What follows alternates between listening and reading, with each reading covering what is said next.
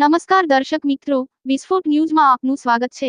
તો જોઈએ આજના મુખ્ય સમાચાર। તારીખ 12 મે 2024ના રોજ આણંદ જિલ્લાના બોરસદ શહેરમાં 7 ગરીબ તેમજ મા બાપ સિવાય નિરાધાર દીકરીઓના સમૂહ લગ્ન યોજાયેલ, જેમાં સમૂહ લગ્નના આયોજક પ્રમુખ શ્રી વિજયભાઈ સોલંકી, ખજાનચી શ્રી વિપુલભાઈ ચૌહાણ તેમજ શુભેચ્છક શ્રી ગોપાલભાઈ સોલંકી, ચીમનભાઈ, મહેન્દ્રભાઈ, ગોવિંદભાઈ તેમજ બોરસદ ટીમ અને નામી અનામી દાતાશ્રીઓ દ્વારા સમૂહ લગ્ન સંપન્ન થયેલ। બ્યુરો રિપોર્ટ, ગોપાલભાઈ સોલંકી।